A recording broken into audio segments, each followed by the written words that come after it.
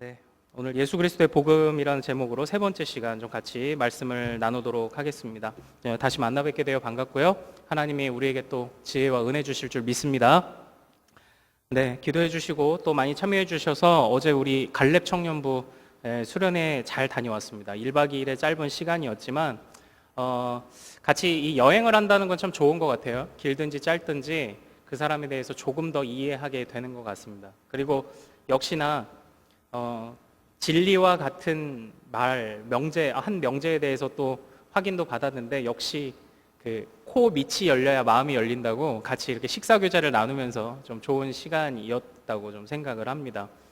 이런 분위기를 이어서 또 우리 일청년부 수련회와 아웃리치에도 많은 지체들이 좀 참여해 주시기를 좀 부탁을 드리도록 하겠습니다. 수련회를 가게 되면 이게 별식들이, 특별식들이 한 번씩 나오잖아요. 이번 저희 갈렙 수련회의 특식은 뭐 새삼스러울 건 아니지만 숯불구이가 나름의 특징이었습니다. 이렇게 껍질 붙어 있는 정말 길다란 이제 삼겹살을 굽는 거예요. 또 사장님이 또 맘씨 좋은 사장님이 거기에 벌집, 칼집도 착착착착 내주셔가지고 이게 고기를 이렇게 구워서 먹는데 그런 느낌 아시죠? 불이 꺼졌나? 불이 약했나? 이런 애들 갑자기 지글지글 끓던 기름이 톡 떨어지면서 불이 확 이렇게 붙어 오르는 이제 그런 거 있잖아요. 그렇게 이제 맛있게 숯불고기를 해 먹었는데, 그런데 이제 고기를 그렇게 굽다 보면 어떤 것들은 겉만 익는 것들이 있습니다. 겉에만 익어요. 겉에는 타요. 불이 직접 닿았기 때문에 그 흐름이 나는데, 그래서 먹다가 보니까 안 익은 속이 빨간 고기들이 이게 나온 거예요. 그래서 그 고기를 따로 그릇에 이렇게 좀 덜어 놨었거든요. 다시 구워 먹자 이렇게 했는데, 정신없이 먹다가 이제 잠깐 좀 다른 사람들과 얘기도 좀 하고 하는 사이에 이제 그릇을 봤는데 그릇이 비어 있는 거죠. 누군가 그 고기를 먹은 거예요. 안 익은 고기를. 안 익은 고기를. 그때 이제 저희가 이렇게 얘기했죠. 안 익은 돼지고기 먹으면 장염 걸려 이렇게 얘기를 했는데, 누군가는 먹었는데 우리 갈렙 청년부에서 장염 걸린 사람은 없었어요. 없었어요. 기승전 거룩. 그걸 보면서 이런 생각을 좀 했어요. 아, 소화력이 중요하다. 소화력이 중요하다. 뭐든지 먹으면 소화시킬 수 있는 소화력이 중요하다. 좀 이런 생각을 좀 한번 해봤습니다. 마찬가지로 우리 청년들이 이 세상에서 어떤 기막힌 일들을 겪더라도, 삶의 아이러니와 엉겅퀴가 가득한 세상을 살아간다 할지라도 튼튼한 영적 위장을 가져주기를 바라요. 튼튼한 영적 위장. 무엇을 먹든지 다 소화시킬 수 있고 무엇을 보든지 흔들리지 않을 자신이 여러분들에게 있기를 소원합니다. 그리고 가장 중요한, 제가 생각하는 좀 중요한 화두 중에 하나가 바로 그거예요. 어떻게 하면 상황과 형편에 좌우되지 않을까? 어떻게 하면 그걸 뛰어넘을까? 이런 고민들이 여러분들 안에 계속 있기를 소원합니다. 그래서 여러분들이 담대한 영적 위장으로 살아가시기를 소원해요. 그런 차원에서 우리는 사도행전을 통해서 초대교회의 어떤 좋은 모습들을 봤어요. 그런데 그런 초대교회를 만들어간 사람들이 뭐 특별한 사람들이 아니잖아요. 그냥 일반 사람들이었어요. 그리고 힘없는 사람들이기도 했고, 하지만 그러한 역할들을 감당할 수 있었던 이유, 그 비밀을 우리는 어디서 찾아야 하느냐? 바로 복음에서 찾는 거죠. 복음. 그래서 예수께서 우리에게 가르쳐 주신 복음을 다시 한번 좀 생각해 보자는 그런 차원에서 우리는 복음서의 흐름들을 좀 보고 있고요. 그리고 이번에 그 갈렙에서도 요한복음을 좀 잠시 같이 나누었는데, 우리 일청년에서도 요한복음을 좀 같이 나누며 복음을 좀 돌아보기를 원해요. 그래서 어쨌든 이런저런 또 수련회와 아웃리치 또 준비를 하면서 이번 주 수요일에 답사를 다녀왔습니다. 그런데 그 농촌에 계신 목사님 한 분과 이렇게 이런저런 이야기를 좀 나누었는데요. 참 안타까운 사실이, 보통 세상을 오래 사시면서 이제 뭐 더 기댈 것 없고 또 그런 분들이라는 생각이 들어서 그래도 복음을 잘 받아들이시나요? 이렇게 연로하신 분들만 남아있으니까 그렇게 여쭤봤더니 어르신들이 더 변화가 안 된다는 말씀을 좀 주셨어요. 그래서 굉장히 안타까웠습니다. 오래 공들였지만 달라지지 않는 어르신들이 굉장히 많다. 이제 이런 말씀을 많이 들었어요. 그래서 이제 좀 여쭤봤죠. 그래서 목사님 혹시 낙심될 때는 없으셨습니까? 그런데 뭐 당연히 있다고 하실 줄 알았는데 당연히 있기도 했겠죠. 그런데 애써 괜찮습니다라고 말씀을 하시더라고요. 언제 이런 대화들이 이렇게 오가는 중에 방 한 구석에서 눈에 띄는 것이 있었어요. 바로 무엇이었냐면 한쪽 구석에 이제 프린트를 목사님이 이제 만드시는 거예요. 성도들을 가르치려고 하셨는지 모르겠지만 인간의 존재의 목적은 무엇이냐? 하나님 나라를 아는 것은 무엇이냐라는 글을 이제 쓰시는 걸 그걸 이제 방 한 구석에서 본 거예요. 그리고 또 그 옆에 있는 이제 두꺼운 신학 서적들을 좀 아울러서 같이 봤거든요. 목사님께서 직접 말씀하신 것은 아니지만 그걸 보면서 아무리 해도 변화되지 않는 사람들을 보면서 아무리 공을 들여도 달라지지 않는 사람들을 보면서도 힘들지 않다고 말씀하시는 그 교회 목사님의 그런 이유를 조금은 알 것 같았습니다. 그건 뭐냐면 도시에서 목회하든지 시골에서 목회하든지 내가 지금 어디에 사는지 뭐 그건 그렇게 중요한 문제 아니라는 것 아닐까요? 정말 중요한 건 단지 내가 서 있는 그 땅에서 사람들이 물론 반응하면 더 좋겠지만 반응하지 않는다 할지라도 내가 꺾이지 않고 그저 하나님 나라를 위해 내가 할 수 있는 일을 최선을 다해서 할 수 있다면 그렇다면 힘들지 않을 수도 있겠다. 그런 생각을 좀 한번 해봤어요. 그러니까 저는 시골 교회에서 목사님들 뭐 하시나 조금 궁금하기도 했는데 물론 농사도 하시고 그러시지만 그 안에서 하나님 나라를 위해 물론 들을 수 있는 예배자들과 청중들은 많지 않지만 본인이 할 수 있는 최고의 노력들을 다 하시는 모습을 좀 보면서 저것이 지치지 않는 힘들지 않다고 말씀하시는 비결이 아닐까 좀 이런 생각을 좀 한번 해봤습니다. 물론 속상한 일도 많으시겠지만 그 자리를 지키고 계시는 이제 목사님들에 대한 어떤 존경심을 그 짧은 시간 안에 좀 가지고 돌아왔어요. 그리고 나서 이제 목사님과 이런저런 이야기를 하다가 마지막에 이렇게 말씀하시더라고요. 요즘 귀농하는 사람이 많습니다. 이제 저보고 목사님도 농촌으로 오십시오라고 이렇게 얘기를 해요. 그래서 우리 그냥 흔히 하는 멘트 있잖아요. 예, 기도해 보겠습니다. 이렇게 얘기를 했지만 제 마음속으로는 이미 고개를 젓고 있었어. 기도해 보겠습니다. 좀 그렇게 어쨌든 사실 망설여져요. 농촌으로 간다는 것이 망설여져요. 존경은 하지만. 근데 여러분들에게도 좀 한번 비슷한 질문을 해볼까요? 여러분들 요새 그 목사님이 그러셨어요. 오면은 굉장히 지원이 많대요. 젊은 사람들이. 그래서 지금 이렇게 도시에서 비전을 발견 못하면 농촌으로 오라는 거예요. 여러분들 농촌으로 좀 같이 가시겠습니까? 여러분들 몇 명만 움직여주면 제가 용기를 조금 내보기도 할 수 있을 것 같아요. 여러분들 농촌으로 좀 혹시 가시겠습니까? 농사 지어 보시겠어요? 자기가 농사 체질이다 하시는 분 안 계신가요? 근데 생각해 보면 좀 재밌죠? 우리가 이렇게 아웅다웅 사는 이유가 뭔가요? 어차피 다 여유롭게 살려고 하는 거죠. 농촌 굉장히 여유로워요. 뭐 이렇게 한적하게 일광욕도 좀 즐기고 선탠도 하고 따뜻한 햇살 받으며 책도 좀 읽고 싶죠. 지금 농촌에서 그걸 다 하고 있어요. 그리고 소소하게 텃밭도 좀 읽으면서 이렇게 자식들 놀러 오면 같이 뛰어놀기도 하고 작은 구멍가게에서 과자도 좀 사주고 싶죠. 그게 농촌에서 지금 다 하고 있는 거예요. 여러분들 그거 나중에 골병들도록 일해서 나중에 돈 벌어서 시골 가서 집 짓고 살아야지. 지금 가면 다 할 수 있어요. 다. 농촌으로 가실래요? 지금 가세요. 근데 쉽지 않죠. 근데 제 마음이 그랬어요. 농촌으로 오세요라는 그 목사님이 농담으로 하신 말씀 같지는 않아요. 굉장히 진지하게 말씀을. 목사님이 진지하셔요. 약간 이런 타입이에요. 인사드리며 목사님 저희 청년들이 목사님 자주 찾아뵈면서 많이 좋아하더라고요. 그랬더니 얼굴빛 하나 안 변하시고 웃음기 없는 얼굴로 우리 주 예수님을 좋아해야지 저를 뭐하러 좋아하냐 이런 말씀을 하시는 진지하신 분인데 근데 그분이 저보고 농촌으로 오래는데 근데 지금 그 순간 제 머릿속에 들었던 생각이 지금 제 얘기를 들으며 여러분이 가졌던 생각과 다르지 않았어요. 또 생각해보니까 또 그렇구나. 여유로운 삶. 뭐 저는 이제 글도 좀 쓰면서 농촌으로 가고 저는 나중에 나름 로망이 있거든요. 근데 은퇴하면 시골 가야지 이런 생각은 하는데 그전에는 사실 시골 그런 생각 잘 안 해봤었는데요. 근데 좀 한번 생각을 해보죠. 우리가 생각하는 우리 지금 청년들이 살아가는 삶 속에서의 많은 아이러니와 엉겅퀴가 있잖아요. 그런데 그 중에서 우리가 고민하는 부분이 어떤 것입니까? 땀 흘린 만큼 그에 따르는 결과가 올 것이라는 보장이 없는 거잖아요.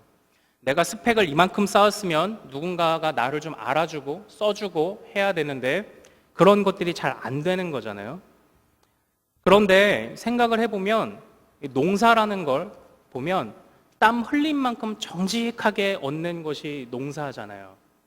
그리고 농사가 또 어떤 것입니까? 땀 흘린 만큼 정직하게 얻는 것, 내가 노력한 만큼 받는 것, 여러분이 꿈꾸는 것, 그거 바로 농촌에 있어요. 그리고 또 생각해 보세요. 하나님의 인도하심을 철저하게 따라가는 삶, 농사를 지을 때 내 힘도 중요하지만 하나님이 도와주셔야 돼요. 그래서 농촌의 삶이, 그러니까 그 목사님하고도 이런 얘기를 했어요. 농촌의 삶은 참 성경적이네요. 땀 흘린 대로 얻고 철저하게 하나님께 기대어 살고. 우리가 비 내릴 수 없잖아요. 우리가 뭐 햇빛, 뭐 가뭄이 들고 뭐 이런 거 어떻게 할 수 없잖아요. 그러니까 철저하게 기도하며 그냥 우리가 할 수 있는 씨를 뿌리며 사는 삶이 농촌에 있잖아요. 그런데 그런 우리가 삶에 가지고 있는 그런 아이러니들, 그리고 아주 굉장한 정보를 얻어왔습니다. 여러분, 딸기 농사를 지으면 3억을 아주 낮은 이자, 거의 이자 없이 빌려준대요. 여러분들, 딸기 농사만 지으면 돼. 근데 문제는 고도의 기술이 필요하대요, 딸기가. 저는 몰랐어요. 예, 교육받으면 된대요. 100시간 교육받으면 3억이 여러분들 손 안에 들어온다니까? 농촌으로 가세요. 근데 쉽지 않잖아요. 예. 저도 그랬어요. 그런데 그 짧은 시간 안에 굉장히 많은 생각들이 오가면서 진짜 막 생각이 막 뒤죽박죽 되는데 그냥 한번 저를 돌아보게 되더라고요. 여러분도 한번 생각해 보세요. 내가 도대체 무엇을 위해 살고 있는 건가? 내가 무엇을 추구하면서 살고 있는 건가? 여유로운 삶? 농촌에 있는데 농촌은 또 막상 가기 싫잖아. 무슨 생각을 하며 사는 건가? 땀 흘리는 정당한 대가를 얻으려고 하는데 농촌에 있는데 왜 안 되는 여기서 이렇게 살아가나? 그러면서도 불구하고 시골 교회로 오세요라는 말 속에 기도해 보겠습니다라는 접대용 멘트를 날리며 이미 마음속에서 고개를 젓고 있었던 제 자신의 모습, 혹시 여러분도 그렇지 않아요? 3억 준다니까? 근데 가기 싫잖아요. 왜냐? 농촌이라서 가기 싫잖아요. 제가 많은 얘기들을 했지만 결국 좀 이렇게 한 문장으로 좀 던져볼까요? 어떤 삶을 살고 싶으세요? 여러분들이 꿈꾸는 삶이 뭐예요? 무언가 목표를 정하고 달려가는 것 같지만 결국 그 안에서 또 다른 아이러니를 발견하고 있지는 않으신가요? 무언가 옆에서 해답이라고 주는 것들이 있지만 그게 내 성에 안 차서 거부하는 마음들이 또 들지는 않으시나요? 도대체 어떤 삶을 살고 싶은 거예요? 어떻게 살아야 맞는 걸까요? 어떻게 살아야 기쁜 걸까요? 이번 주에 좀 재밌는 글을 하나 봤습니다. 우리 사진 하나 좀 볼까요? 아주 우리 귀여운 녀석 나와라. 네. 귀여워. 아시는 분 계십니까? 포켓몬의 마자용이라는 포켓몬인데, 저는 이 포켓몬이 점점 진화해져가는 어떤 이런 사상과 정신은 좋아하지 않아요. 좋아하지 않는데 이번 주에 마자용의 비밀이라는 글을 봤어요. 이 포켓몬 이름이 마자용인데, 다음 화면 한번 볼까요? 이 마자용이, 이 귀여운 애가 참 기구한 삶을 살아요. 얘는 분류가 참기 포켓몬으로 분류되고 있어요. 참기 포켓몬. 얘는 공격을 할 줄을 몰라요. 남들이 공격하는 걸 받기만 해요. 그래서 샌드백 같이. 그래서 원래 이름은 그게 아닌데, 그래서 이름도 마자용이야. 마자용. 그런데 그 다음 화면 한번 볼까요? 공격 비슷하게 하는 게 있는데 맞다가 그걸 약간 되받아치는, 이런 되치기는 할 줄 아는데 공격은 할 줄 몰라요. 그런데 도대체 이 포켓몬은 왜 이렇게 만들었을까? 포켓몬은 이제 싸워야 되잖아요. 만나서 헌터들끼리 자기가 수집한 포켓몬을 데리고 싸워서 이겨야 되는데 얘는 싸울 줄도 모르는데 얘가 왜 존재해야 될까, 이런 생각을 어느 누군가가 한 거죠. 그러다 보니까 약간 포켓몬 도감이라는 것도 있어요. 그러니까 포켓몬 커멘터리가 있는 거야. 그게 벌써 시리즈가 이제 서드 에디션까지 이렇게 나오는 과정에서 이 마자용의 비밀이 밝혀진 거예요. 마자용이 보통 때는 계속 맞기만 하는데 화를 낼 때가 있어요. 화를 낼 때가 있어요. 그게 언제냐면 꼬리를 건드리면 화를 내요. 꼬리를 건드리면 화를 내고 극렬하게 반응을 한대요. 그래서 이러한 모든 것들을 보고 미루어 판단해 본 결과 다음 화면 한번 볼까요? 꼬리. 사실 마자용의 본체는 꼬리였어요. 여러분 충격적이지 않습니까? 그러니까 마자용이 있는데 눈에 보이는 파란 거는 말하자면 방패인 거였어요. 원래 본체는 꼬리가 본체인 거예요. 꼬리가. 그런데 잘 한번 보세요. 아무도 그걸 눈치채지 못했다니까요. 왜 눈치채지 못해요? 꼬리이기 때문이지 않을까요? 꼬리이기 때문에. 꼬리이기 때문에. 꼬리가 본체인데 그걸 못 보는 거예요. 자, 기승전 거룩. 어쨌든 이런 생각을 좀 한번 해봤어요. 그냥 우리가 사는 삶이 뭡니까? 그냥 무조건 크고 뭔가 이렇게 눈에 딱 보이면 그게 전부인 줄 아는 세상이죠. 정작 본질은 감추어져 있기도 하고 다른 곳에 있을 수도 있는데 눈에 보이는 것만 가지고 이렇게 판단하는 그냥 우리 그런 세상 살고 있는 것 같다는 생각을 좀 한번 해봤어요. 무조건 눈에 띄어야 하고 삶의 아이러니가 가득한 줄 알면서도 눈에 띄어야 좋은 삶이라고 말하고 그렇게 생각하는 그런 우리들의 모습. 농촌에 대해서 거부감이 드는 이유 그거 아니에요? 농촌 그거 뜯어보면 그 안에 저 마자용의 꼬리와 같은 본질들이 있어요. 그 본질은 우리가 추구하는 본질과 유사하거나 비슷하다고도 말할 수 있어요. 그런데 겉에 보이는 농촌이라서 안 가는 거잖아요. 농촌이라서. 결국 그 얘기를 하고 싶어요. 예. 우리는 굉장한 아이러니 속에 살고 있다는 거죠. 굉장한 아이러니. 보는 것 같지만 보지 못하고 있고 아는 것 같지만 알지 못하고 있고 무언가 추구하고 있는 것 같지만 엉뚱한 길을 가고 있는 그런 아이러니 속에 살고 있다라는 그런 생각을 좀 한번 해보게 되었습니다. 그러한 속에서 우리가 삶에 대해서 갖는 많은 목표들이 있겠지만 그래서 더 예리하게 여러분들이 사는 이유들에 대해서 판단해 주기를 소원합니다. 그래서 여러분들이 좀 더 예리하게 판단해 주기를 바라는 거예요. 바른 눈으로, 바른 생각으로. 그래서 여러분들이 깊이 생각해 주기를 바라요. 그때에 우리의 삶의 목표, 정말 우리가 추구해야 될 삶의 목표, 그것이 무엇이냐? 많은 것들로 표현할 수 있겠지만 제가 지난주에 이렇게 얘기했어요. 우리는 아름다움을 위해 사는 사람들이에요. 아름다움. 감춰진 아름다움. 감춰진 아름다움. 저는 이것을 어떤 순리 또는 그 본질 이런 표현도 사용했는데요. 결국 뭐 그냥 세상이 흘러가는 흐름 그런 차원의 순리가 아니라 하나님의 순리이겠죠. 그렇게 따지면 여러분들이 기억해야 할 두 단어, 우리는 토브와 샬롬을 위해 사는 사람들이다. 이걸 아울러 좀 기억해 주셨으면 좋겠어요. 토브는 하나님 보시기에 좋았더라 할 때의 그 좋았더라. 그리고 샬롬은 하나님이 안식하셨더라 할 때에 모든 것이 하나님 뜻대로 이루어져 갖춰져 있는 상태 또는 그 상태로 나아가는 방향성을 의미하는 그런 평안으로서의 샬롬. 우린 이것을 위해 살아야 하는 거죠. 결국 우리가 삶의 많은 아이러니 속에 살고 있습니다. 그러나 그 속에서 우리는 예리하게 우리의 살아가는 이유와 목적과 방향성을 점검해야 되는데 그 방향성은 토브와 샬롬으로 대표되는 아름다움이다. 이걸 여러분들이 반드시 기억해 주셔야 합니다. 이 세상에 대한 아이러니에 관한 얘기를 조금만 더 해볼게요. 제가 정말 웬만해서는 이 시에 잘 감동 안 받는데 정말 감동받은 시가 하나 있어서 좀 가져와 봤어요. 조병화라는 경희대학교에서 그 교편을 잡았던 어떤 교수님이시기도 했고요. 그런 분이신데 조병화라는 시인께서 지으신 해인사라는 시가 있습니다. 절 이름이죠. 제가 한번 읽어드릴게요. 큰 절이나 작은 절이나 믿음은 하나. 큰 집에 사나 작은 집에 사나 인간은 하나. 제가 이 시를 보고서는 뭐 감동을 좀 받았어요. 저 불교 아니지만 감동을 받았어요. 큰 절이나 작은 절이나 믿음은 하나래요. 마찬가지로 큰 집에 사나 작은 집에 사나 좋은 옷을 입었던지 허름한 옷을 입었던지 인간은 하나래요. 다 귀하다는 뜻이겠죠. 네. 근데 이런 차원에서도 제가 좀 감동을 받았지만 큰 절이나 작은 절이나 믿음은 하나. 저는 이 불교에서 믿음이라는 단어를 쓰는 게 굉장히 신기했습니다. 불교도 믿음이라는 단어를 쓰네? 이래서 제가 사실 이 시를 기억하고 있거든요. 조병화의 해인사. 큰 절이나 작은 절이나 믿음은 하나.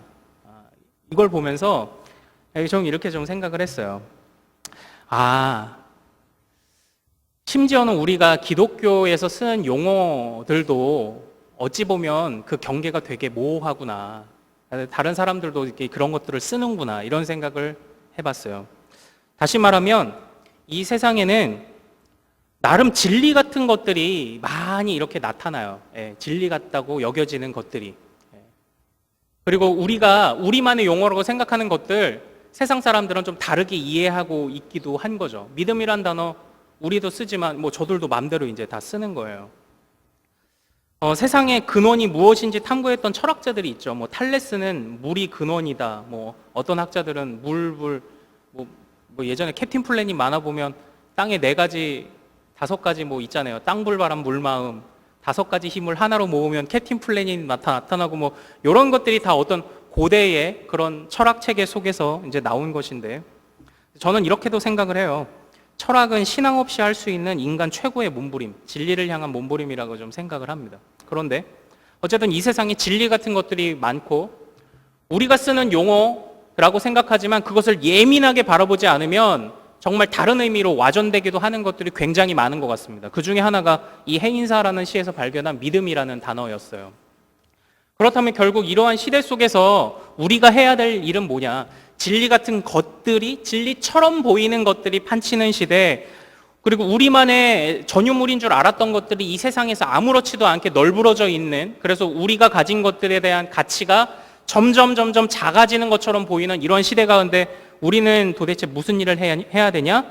우리의 믿음의 정체, 우리가 가진 이 기독교인, 그리스도의 정체, 그리스도인으로서의 정체, 복음의 정체를 분명하게 드러내는 것이 더 중요하다. 저는 이렇게 좀 생각을 한번 해봤어요. 이 시에서 그걸 생각을 한 거예요. 믿음 넘도 다른 사람도 이 말을 쓰는데 우리가 가진 믿음은 어떻게 독특하게 설명해낼 것이냐. 이런 것들에 관해서 우리는 또 고민을 해야 된다는 거예요. 결국 아이러니와 엉겅퀴가 가득한 세상 가운데 우리의 살 길은 우리가 추구해야 할 하나님을 향한 방향성을 점점 더 예리하게 다듬어 가는 거예요. 예리하게 다듬어 가는 거예요. 그때에 필요한 것이 무엇이다? 그게 바로 복음입니다. 복음. 그때 필요한 것이 바로 복음이에요. 첫 번째 시간에 설명드렸듯이 이 마가가 복음서라는 말을 처음 사용을 했습니다. 처음 사용을 했어요. 완전한 최초라고 볼 수까지는 없겠지만 처음 기록할 때 이전에는 복음서라고 이름 붙여진 책이 없었어요. 다시 말하면 이전에는 세상에 수많은 굿뉴스들이 있었지만 정말 이것이 굿뉴스야 라고 콕 찍어 말하는 그런 것들이 없었어요. 그런데 마가는 지금 세상에 수많은 굿뉴스처럼 보이는 것들이 판치는 시대 가운데 이게 진짜 굿뉴스야 라고 이 복음서를 기록해서 던진 거죠. 그들에게. 결국 이것이 그러한 삶이 아니었을까요? 세상에 수많은 진리처럼 보이는 것들 가운데 이게 진짜 진리야 라고 말하기 위해서 마가가 이걸 기록한 게 아닐까요? 그때에 그가 이게 진짜 진리야 라고 말하며 그들에게 제시하고 던지며 강조했던 게 뭐예요? 그게 바로 예수 그리스도였다라는 것입니다. 삶의 수많은 아이러니들 속에서 그들의 삶의 방향성을 예리하게 다듬는 단 한 가지, 그것을 위해 마가가 소개하고 있는 것이 무엇이냐? 진짜 굿뉴스가 무엇이냐? 그게 예수 그리스도였다라는 거예요. 그러므로 정리해 봅시다. 삶의 아이러니와 엉겅퀴, 그리고 그럼 내가 어디를 살아가는지도 모르는 이런 시대 가운데 정말 우리에게 필요한 분은 누구시다? 예수 그리스도예요. 예수 그리스도. 그런데 우리 그걸 조금 더 보자고요. 근데 그 예수 그리스도를 옆집도 예수가 살고 우리 집에도 예수가 있고 친척 중에도 예수가 있고 예수가 흔한 이름인데 그 예수를 그리스도, 메시아라고 고백하는 근거가 되는 구절이 뭐가 있습니까? 우리 1절 다시 한번 읽어봐요. 마가복음 1장 1절 시작. 하나님의 아들 예수 그리스도의 복음이라, 복음의 시작이라. 예수 그리스도를 뭐라고 묘사하고 있습니까? 하나님의 아들이라고 묘사하고 있는 거예요. 지금 수많은 예수 가운데 진짜 예수 그리스도는 하나님의 아들 예수, 이렇게 묘사를 하고 있는 거예요. 한번 잘 보죠. 하나님의 아들. 왜 예수 그리스도가 수많은 엉겅퀴와 아이러니가 가득한 세상 가운데 우리의 유일한 살 길이요, 우리가 유일하게 그 삶의 방향성을 예리하게 다듬는 데 필요한 유일한 것이냐라고 말하는 그 근거가 바로 거기에 있어요. 하나님의 아들에 있어요. 그런데 하나님의 아들을 좀 한번 생각을 해볼까요? 하나님의 아들이라는 표현이 최초로 사용된 때가 언제인가요? 하나님의 아들이라는 표현. 근데 이렇게 하면 잘 모르는데 이렇게 얘기해 볼게요. 하나님의 형상이라는 표현이 가장 먼저 사용된 때가 언제예요? 그건 바로 창세기죠. 창세기. 근데 창세기는 누가 누구에게 들려준 이야기입니까? 모세가 출애굽 백성들에게 들려준 이야기죠. 다시 한번 좀 기억을 더듬어 볼까요? 제가 올해 초에 이런 얘기를 드렸었는데요. 출애굽 당시에, 그 당시에 신의 형상 또는 신의 아들이라고 불리우던 사람들이 있었어요. 그 사람들이 누구냐면 바로 왕들입니다. 성경에서 보는 파라오가 그래요. 그래서 파라오는 태양신 라의 아들이에요. 그 당시의 문화들 속에서 이해되어지는 어떤 진짜 신의 아들이 바로 왕들이었다고요. 왕들. 그런데 왕들에게만 부여되던 그러한 호칭, 하나님의 아들, 하나님의 형상, 신의 형상이라는 것을 모세가 아니야, 노예로 사는 너희도 신의 형상이야 라고 이걸 창세기의 이야기를 들려주면서 출생의 비밀을 알려준 거예요. 기억하시죠? 출생의 비밀이란 단어, 표현. 출생의 비밀을 알려준 거예요. 그것을 통해서 하나님이 지으신 우리가, 바로 하나님을 따라가는 우리가 정말 하나님의 아들이요 참된 신의 형상이다. 제가 이렇게 좀 이야기를 그때 나눴었는데, 그런데 한번 잘 보세요. 그러한 하나님의 형상이 죄로 인해서 손상을 입었죠. 손상을 입었어요. 깨어졌어요. 무너져 버렸어요. 하나님의 형상대로 살지 못하게 되었어요. 하나님의 형상의 껍데기는 가지고 있죠. 그게 뭐예요? 일반 은총 같은 것들이잖아. 죄인들에게도, 믿지 않는 사람들에게도 허락된 햇볕 같은 것들, 그런 게 일반 은총이잖아요. 그런데 여전히 우리는 어떤 그런 일반 은총 안에서의 삶에 대해서 만족하는 건 보면, 그러한 삶만을 추구하는 거 보면 우리는 아직 하나님의 온전한 형상을 지금 다 못 찾고 있는 거죠. 근데 어쨌든 이러한 상황 속에서 바로 이렇게 깨어진 하나님의 형상을 다시 회복시켜 주시기 위해서 우리에게 진짜 하나님의 형상이 온 거죠. 다시 말하면 하나님께서 이 세상 가운데 우리를 지으시며 우리에게 창조의 이상을 주셨던 게 뭐예요? 하나님의 나라를 함께 이끌어가자, 함께 건립해 가자, 이거잖아요. 하나님의 나라를 함께 가꾸어 가자라는 거잖아. 하나님 혼자 가지셔야 될 어떤 영광, 그 나라 안에서 누리는 영광을 우리와 함께 나눠주시려고 하는 거잖아요. 함께 하자. 그리고 이 기쁨을 함께 누리자라는 거잖아요. 함께 누리자. 하나님 혼자서도 하실 수 있지만 굳이 애써 우리를 그런 위치까지 삼으시고 우리에게 그러한 약속을 주시고 또 어루고 달래가면서 함께, 정말 이 기쁨을 함께 맛보자라는 거잖아요. 함께. 그런데 지금 그것을 깨트린 거잖아요. 깨트린 거. 그런데 그것을 바로잡기 위해서 하나님의 진정한 형상과 하나님의 아들이 오셨는데, 그게 누구냐? 바로 예수 그리스도라는 거예요. 다시 말하면 우리가 지금 삶의 수많은 아이러니들이 살아가잖아요. 아이러니들이 살아가는데 정말 그 안에 하나님의 나라가, 여러분의 삶 속에 하나님의 나라가 설 자리가 지금 어디 있어요? 어디 있어요? 그런데 하나님이 우리에게 바라시는 건 하나님의 형상들이 뻗어가는 곳곳마다, 다시 한번 좀 기억을 떠올려 봐요.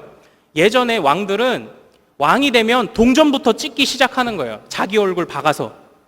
그럼 이 동전이 유통되는 곳마다 내 땅이라는 걸 증명하는 거잖아요. 광개토 대왕릉비 같은 게 그런 거잖아. 여기는 광개토 대왕의 땅이다를 증명하는 건데 그게 이미지고 형상이잖아요. 이미지. 그러니까 나의 이미지를 새겨서 내 땅임을 증명하는 거잖아요. 그럼 하나님의 형상에게 주어진 사명이 뭐예요? 같이 하나님의 나라를 이끌어 가는데 하나님의 형상들이 밟는 모든 땅마다 하나님의 나라가 되는 건데 지금 우리가 살아가고 있는 이 아이러니와 엉겅퀴가 가득한 세상 가운데 여러분이 밟는 모든 땅이 다 하나님의 나라가 되고 있습니까? 그렇지 않다면 지금 우리는 하나님의 형상의 삶을 잘 못 살고 있는 거예요. 좀 부끄럽지만 이런 얘기를 좀 해볼까요?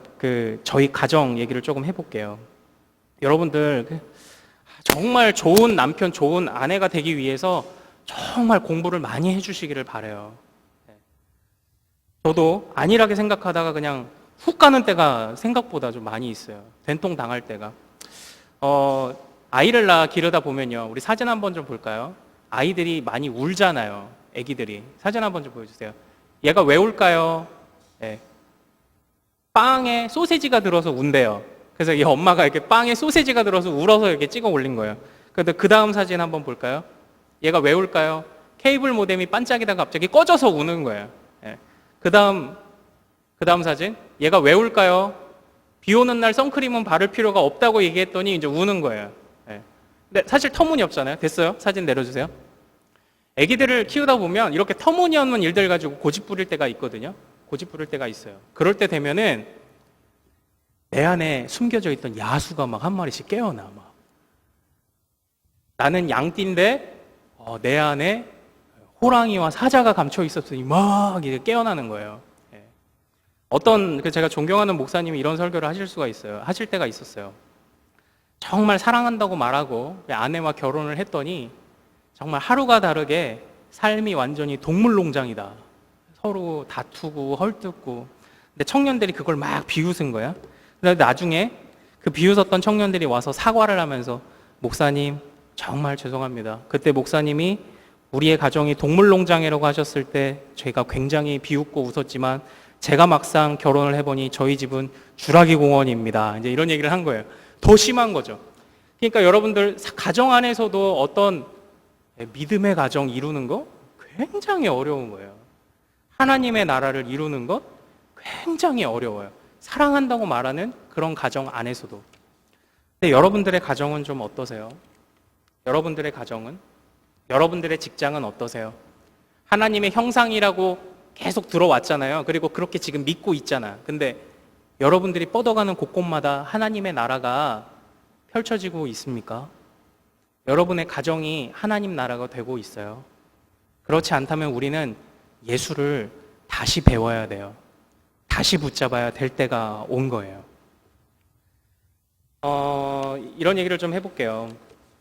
사실 요즘은 어떤 이 명예라는 것에 대해서 의미가 좀 많이 좀 퇴색된 것 같습니다. 명예.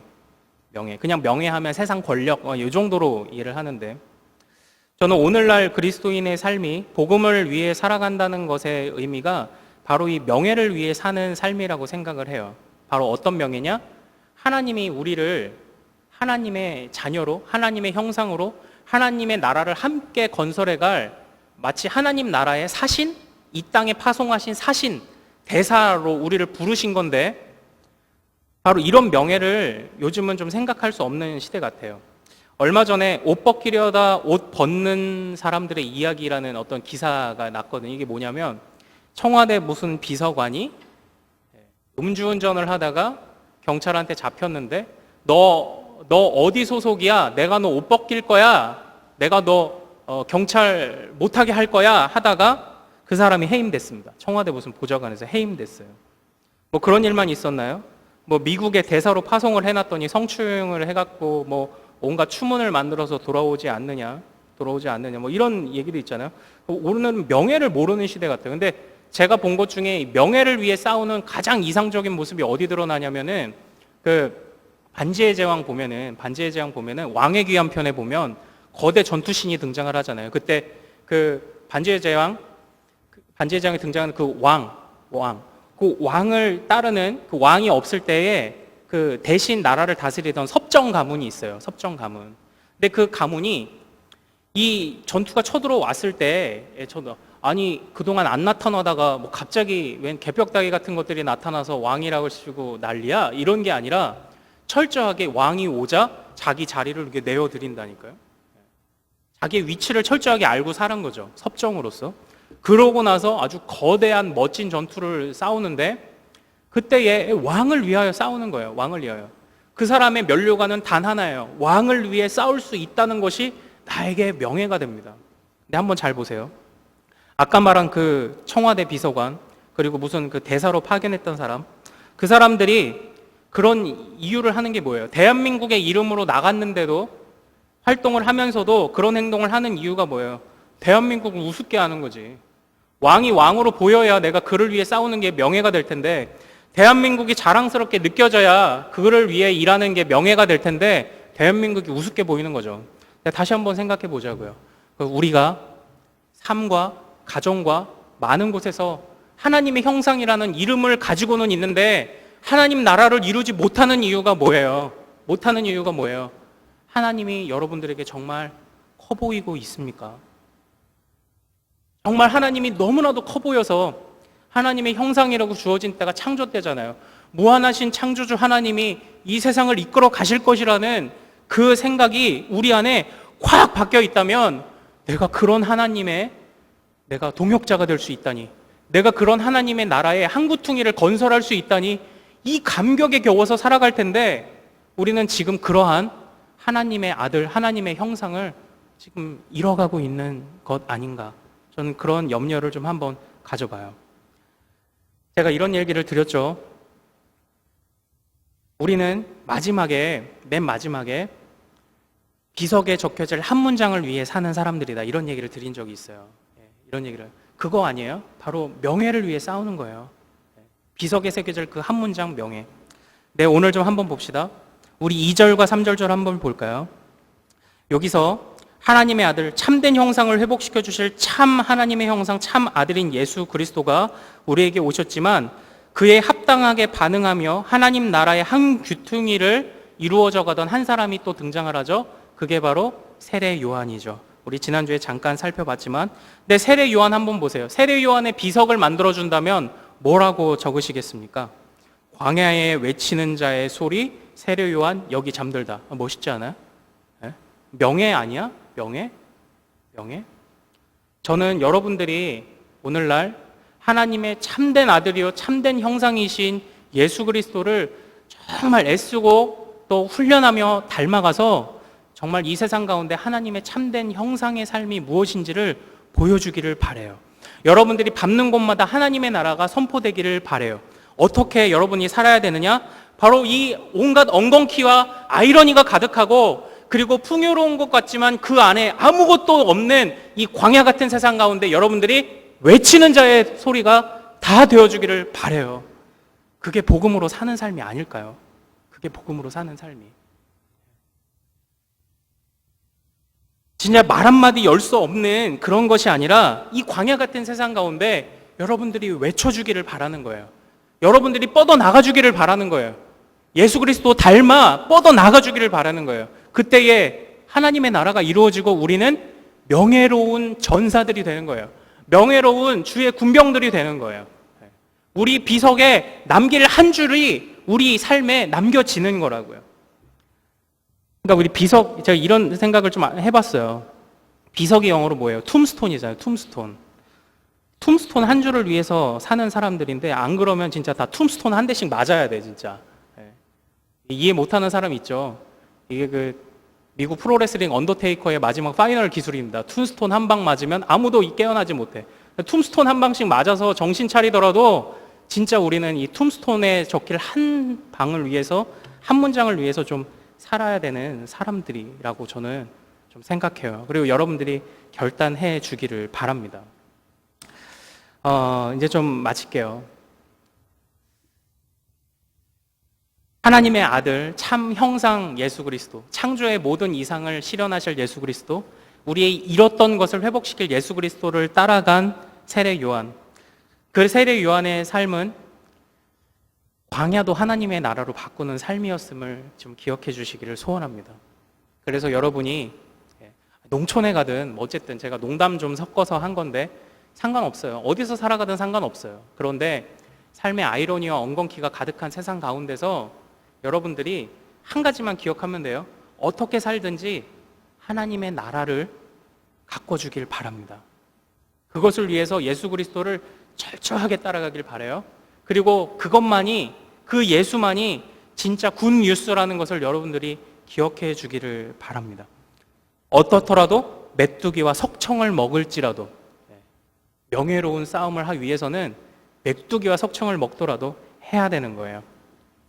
예전에 허경영 씨라는 분이 이렇게 얘기를 했습니다. 지역감정 해결할 수 있다. 어떻게 해결할 수 있습니까? 지역을 없애면 된다. 이렇게 얘기를 한 적이 있어요. 지역감정을 없애려면 지역을 없애면 된대요. 여러분들, 상황과 형편을 자꾸 우리가 핑계대잖아요. 상황과 형편을 없애려는 노력도 좀 한번 해보면 어떨까요? 그게 농촌으로 들어가서 세상 걱정 없이 살아가는 게 그거라면 뭐 그렇게 해볼 수도 있는 거고요. 그리고 아니면 여러분들, 예수님도 그러셨던 것처럼 여러분들만의 한적한 시간을 좀 가져보는 건 어때요? 광야 같은 이런 세상, 그런 의미의 광야 말고 진짜 어찌 보면 이 세례 요한의 광야의 삶도 의미가 있죠. 왜냐하면 상황과 형편을 다 끊어내는 거잖아요. 그래서 오로지 하나님께만 집중할 수 있는 자리를 그가 찾았던 것 같아요. 그런 자리를 한번 찾아보면 어때요? 광야 같은 삶을 살지 말고 하나님이 여러분들 만나시기에 좋은 여러분들만의 광야를 찾아보는 건 어떨까요? 그리고 그때에 여러분의 가정부터 직장 흘러서 하나님의 나라가 좀 펼쳐져 가기를 소원합니다. 예수를 따라갈 때 그 일들이 분명히 일어날 줄로 믿습니다. 그렇게 여러분들이 창조의 이상을, 창조주 하나님의 그 명예를 위해 싸우는 사람들이 되어주세요. 그게 복음을 위해 사는 삶이 아닌가 저는 좀 생각을 해보고 여러분들에게 권면하며 말씀을 마치도록 하겠습니다. 우리 좀 같이 기도합시다. 우리 이 시간 좀 같이 자신의 모습 좀 돌아보면서 기도해요.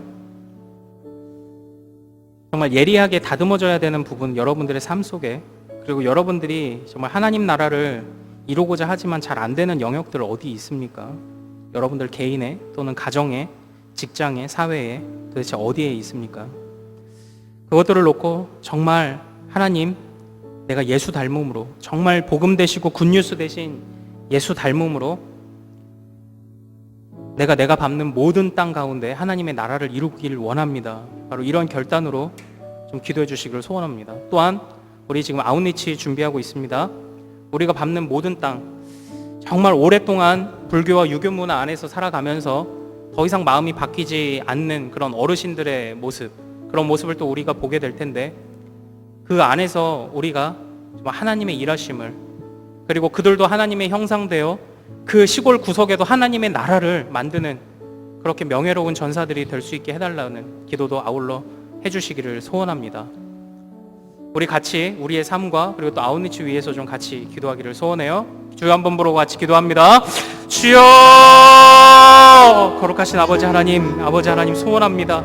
하나님, 우리의 삶 속에 아버지 정말 수많은 엉겅퀴 아이러니가 가득하여 있고 정말 그 안에서 나도 어쩔 수 없는 삶을 살아가고 있는데 아버지 하나님, 그 안에서 정말 우리가 예리하게 다듬어 가길 원합니다. 우리 삶의 목표와 방향성들을 예리하게 다듬어 가기를 원합니다. 아버지 하나님 도와주시옵소서. 아버지 하나님 도와주시옵소서. 정말 내가 예수 닮음이 나타나야 합니다. 예수 닮기 원하지 않으면서도 내가 하나님의 형상이라는 이름을 혹시 그저 좋아하고만 있었던 것은 아닙니까? 그에 합당한 품위를 갖고자 하지 않았으면서도 그냥 그 이름 자체만을 위해서 내가 만족하고 살았던 것은 아닙니까? 아버지 하나님, 참된 하나님의 형상, 참된 하나님의 아들 되신 예수를 철저하게 따라가게 하옵소서. 그리고 그렇게 따라갔던 한 사람, 세례 요한을 기억하면서 광야도 하나님 나라로 바꾸는 바로 그러한 놀라운 사역들이, 놀라운 변화들이 우리 안에 있기를 원합니다. 우리에게 나타나기를 원합니다. 아버지 하나님, 광야에, 사막에 꽃이 피고 사막에 물이 흐르는 기적이 우리를 통하여, 우리 사랑스러운 청년들을 통하여 일어날 수 있도록 주님 인도하여 주시옵소서. 가정이 변화되게 하옵소서. 직장이 변화되게 하옵소서. 밟는 모든 땅 가운데 하나님의 나라가 선포되게 하옵소서. 아버지 하나님, 이 모든 것을 위하여서 간구하며 결국 이것을 가능하게 하는 힘은 복음, 예수 그리스도 복음, 진정한 굿뉴스, 예수 그리스도를 붙잡는 것, 예수 그리스도를 닮아가는 것 외에는 그 어떠한 것도 방법이 없음을 기억하며 아버지 하나님, 우리가 더 예수를 알고 힘써 예수를 알고 나아갈 수 있는 우리가 될 수 있도록 주님 인도하여 주시옵소서. 아버지 하나님 소원합니다. 아버지 하나님 소원합니다. 우리의 기도대로 이루어 주시옵소서. 거룩하신 아버지 하나님, 그것을 위해 싸우는 자들 될 수 있도록 주님 인도하여 주시옵소서. 아버지 하나님 소원합니다. 고마우신 아버지 하나님, 아버지 하나님, 우리를 하나님의 형상으로 부르시고 여전히 그 은혜를 거두지 않으신 줄로 믿습니다.